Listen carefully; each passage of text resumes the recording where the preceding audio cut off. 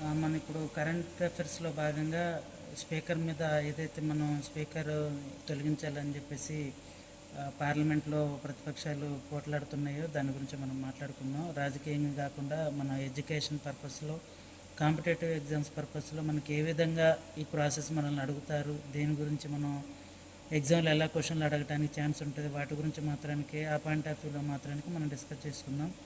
స్పీకర్ని అవిశ్వాసం పెట్టి మనం స్పీకర్ని తొలగించలేము అనమాట. ముఖ్యంగా స్పీకర్ ఏంటంటే ఒక లోక్సభలో ఓన్లీ లోక్సభకు మాత్రానికే స్పీకర్ ఉంటారు, రాజ్యసభకి చైర్మన్ ఉంటారు. ఈ స్పీకర్ అనే పదవిని 1921 నుండి వస్తుందన్నమాట.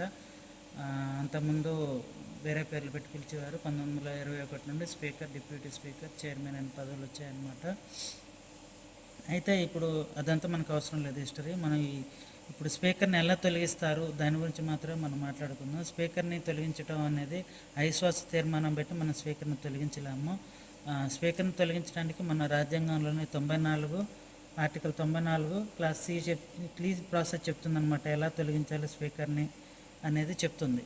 స్పీకర్ని తొలగించే ముందు మనం లోక్సభ సెక్రటరీ జనరల్కి మనం ఒక లిఖితపూర్వకంగా ఒక లెటర్ రాసి దాంట్లో 50 మంది ఎంపీలు బలపరచాలన్నమాట.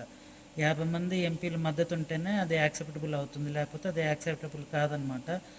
అయితే ఆల్రెడీ ఇప్పుడు ఉన్న స్పీకరు బీజేపీ పార్టీకి సంబంధించిన ఆయనకి ఆల్రెడీ పూర్తి మెజారిటీ ఉంది.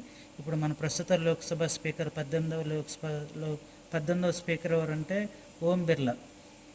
ఈయనకి బీజేపీ పార్టీకి చెందిన ఆయన అనమాట. ఈయనకి ఆల్రెడీ పూర్తి మెజారిటీ ఉంది. ఒకవేళ ఈ బిల్లు ప్రాసెస్ పెట్టినా కానీ ఆ బిల్లు బీగిపోతుంది, అది ఆమోదించబడదు అనమాట.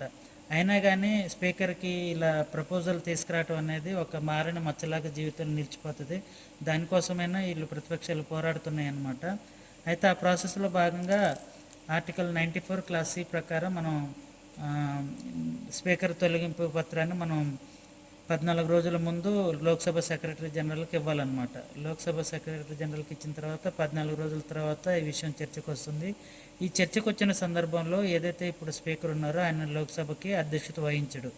డిప్యూటీ స్పీకర్ కానీ, ఒకవేళ డిప్యూటీ స్పీకర్ అందుబాటులో లేకపోతే అక్కడ ప్యానల్ స్పీకర్లు 10 మంది చైర్మన్లు ఉంటారన్నమాట. ఆ 10 మంది చైర్మన్లు ఎవరున్నా ఒకరిని సీనియారిటీని బట్టి సీనియర్ని తీసుకొచ్చి స్పీకర్గా కూర్చోబెడతారనమాట. స్పీకర్గా ఎన్నుకుంటారు. ఆ ఎన్నుకున్న వ్యక్తి ఏదైతే ఆ సెక్షన్ మట్టుకు అధ్యక్షత వహిస్తాడో, ఒకవేళ అక్కడ పాల్గొన్న సభ్యులలో మెజారిటీ మంది ఒకవేళ స్పీకర్ని తొలగించాలని ఆమోదించినట్లయితే స్పీకరు తన పదవిని కోల్పోతాడనమాట. అంతేగాని తన ఎంపీ స్థానాన్ని మాత్రం కోల్పోడు. ఆ తర్వాత ఆ డిప్యూటీ స్పీకర్గా కంటిన్యూ అవుతాడనమాట. కొద్ది రోజుల్లోనే మళ్ళీ స్పీకర్కి వాళ్ళు ఎలక్షన్ కండక్ట్ చేసుకుని స్పీకర్ని ఎన్నుకుంటారు.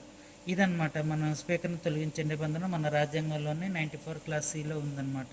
దీని ప్రకారం మనం స్పీకర్ని తొలగించగలుగుతామే కానీ స్పీకర్ మీద అవిశ్వాస తీర్మానం అనేది ప్రవేశపెట్టలేము అన్నమాట. Thank you friends.